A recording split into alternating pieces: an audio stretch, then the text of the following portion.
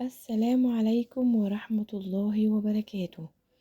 هنعمل النهاردة بقى بطاطس صينية.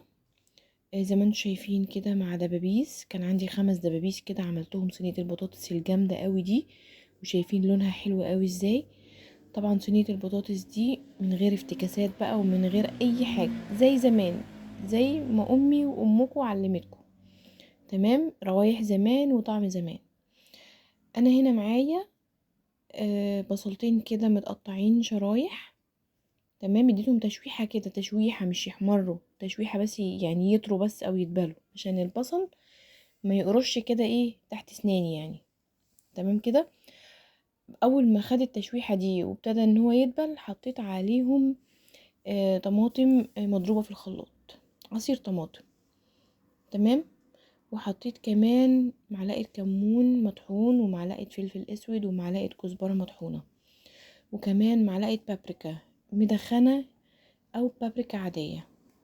تمام. ومعايا هنا البطاطس بتاعتي مقطعاها اهي ومصفيها من المية، وكل ده انا لسه مشغله النار على الصينيه.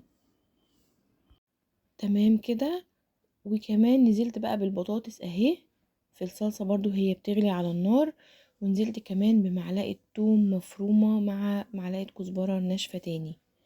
يعني انا بحب افرم التوم كده بالكزبره او بالكمون. تمام، اي حاجه. هقلب بقى كده البطاطس مع الصلصة مع البصل، لسه في اضافات تانية. تمام كده. انا هنا ليه ما طفيتش النار؟ عشان انا عايزة الصلصة دي تغلي. مش هنزل بالبطاطس دلوقتي بالفراخ دلوقتي خالص. هنزل بحبة مرق او شوربة. انتوا عارفين طبعا، اللي متابعني عارف ان انا بخزن الشوربة، اي شوربة بتفضل عندي بخزنها في الفريزر بحتاجها. زي اكله زي كده، مش هسلق مثلا فراخ، مش هسلق لحمه، فبحتاج مرق عشان ما احطش ماجي. يعني بحاول اقلل على قد ما اقدر استخدام الماجي. بصوا بقى هنا ابتدت تغلي اهي. عامله هنا ايه بقى؟ متبله الدبابيس ببصلايه مبشوره وبملح وفلفل اسود وبس كده. طبعا غسلناها حلو ونقعناها في محلول نقع. وبعد كده بعد ما صفيناها من محلول النقع، تبلتها كده بشوية فلفل اسود على ملح على بصلاية مبشورة. سبتهم شوية كده عقبال ما البطاطس بالصلصة غليت. هنا بقى بنزل بالدبابيس بتاعتي او الفراخ او الوراك، يعني زي ما انتي حابة، بس انا اللي كان عندي دبابيس. بعمل ايه انا كده بقى؟ بغمس الدبابيس في الصلصة وبعدين بحطها على الوش. تمام. ليه بقى بعمل كده؟ عشان الدبابيس بتاعتي تشرب صلصة، وفي نفس الوقت لما ادخلها الفرن تبقى ايه تحمر. تمام. في خطوة تاني، انا ليه ما حطيتش الفراخ من الاول مع البطاطس وسبتهم يغلوا مع بعض؟ عشان هتنزل مية مش حلوة خالص. فانا كنت حابة ان البطاطس تغلي بالصلصة وبعد كده انزل بالفراخ تقفل المسام على طول. فاهمين؟ مش عايزة الفراخ بتاعتي او الدبابيس تنزل المية اللي هي ممكن تنزل منها دي، فمش هتبقى يعني مش هتخلي ريحة البطاطس من الاخر ريحتها حلوة. فالحركة دي تخليكي تطلعي صينية بطاطس طعم وريحة. تمام. احنا هنا بنقفل المسام، عشان كده بنستنى لما البطاطس تغلي وبعد كده بنروح حاطين الفراخ.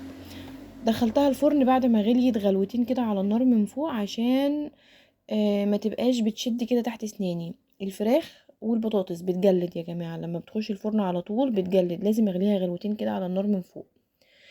هنا كانت قعدت معايا في الفرن يعني حوالي نص ساعة، وطلعت بقت بالشكل اللي انتوا شايفينه ده. البطاطس بقت زبدة، بجد البطاطس زبدة.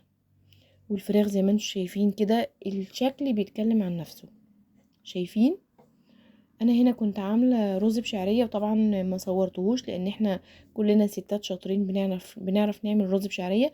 وبرضو عملته بمرق من اللي انا مخزناه في الفريزر. هاخد بقى كده دبوس كده، وهاخد معاه بقى كده ايه بطاطس بالصلصه. لو حابه بقى البطاطس بتاعتك تبقى فيها صلصه زي كده، زودي الشوربه شويه مع الصلصه شويه. لو حابه البطاطس بتاعتك تبقى ناشفه، يبقى يعني تبقى عباره عن بطاطس وفراخ بس مفيش صلصه، قللي المرق وقللي الصلصه الطماطم. تمام. بصوا بقى يعني الفراخ بجد تحفه جدا، مستويه، ريحتها حلوه جدا عشان التكه بتاعه تتبيله البصل مع الفلفل الاسود والملح. بجد البصلايه المبشوره دي مع الفلفل الاسود والملح بتفرق قوي في تتبيله الفراخ قبل ما بتحطيها في صينيه البطاطس. شايفين البطاطس مستويه اهي والفراخ شكلها بيحكي عن نفسه. ويا رب تكون الوصفه بتاعتي النهارده عجبتكم. ده غدا سريع، وكل سنه وانتم طيبين، والسلام عليكم ورحمه الله وبركاته.